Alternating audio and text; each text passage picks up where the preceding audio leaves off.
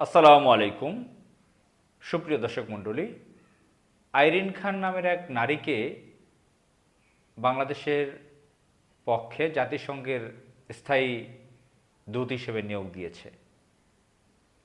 বর্তমান বাংলাদেশের যে বিএনপি সরকার আছে, এই সরকার আইরিন খান নামের সেই নারীকে জাতিসংঘে স্থায়ী প্রতিনিধি হিসেবে, দূত হিসেবে নিয়োগ দিয়েছে।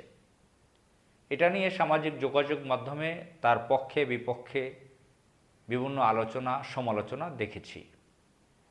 আইরিন খানকে অনেকেই চিনবেন না। আমরা যারা সংবাদপত্র পড়ি, বিভিন্ন খবরাখবর রাখি, অনেকেই তার সম্পর্কে সামান্য কিছু জানি।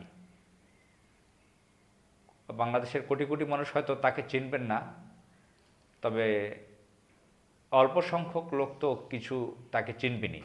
আইরিন খান ওয়েস্টার্ন কালচারের একজন নারী।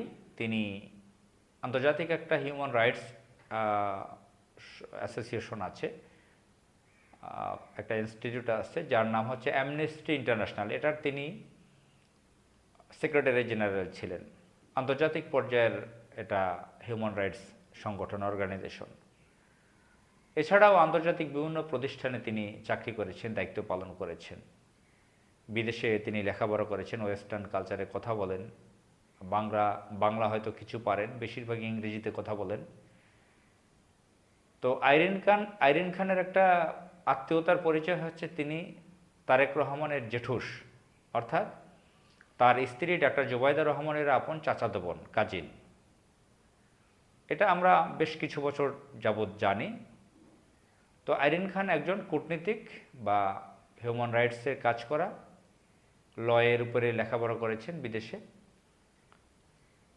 তো ওয়েস্টার্ন কালচারের এই নারীকে জাতিসংঘের স্থায়ী প্রতিনিধি নিয়োগ দেওয়ায় মিশ্র প্রতিক্রিয়া, তার পক্ষে বিপক্ষে।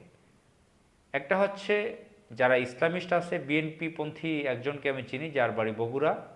তিনি একজন নামিদামি প্রফেসর, লন্ডনের সোয়াস ইউনিভার্সিটি থেকে পিএইচডি করা, ডক্টরেট করা, আরও অনেক ডিগ্রি আছে তার। ঢাকা বিশ্ববিদ্যালয়ের প্রফেসর ছিলেন, বিদেশের অনেক বিশ্ববিদ্যালয়ে তিনি গেস্ট টিচার হিসেবে ক্লাস নেন।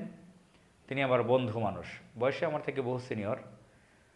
তো তিনি ফেসবুকে স্ট্যাটাস দিয়েছেন যে এই ধরনের ওয়েস্টার্ন কালচারের একজন নারীকে বাংলাদেশের মতন একটা মুসলিম দেশের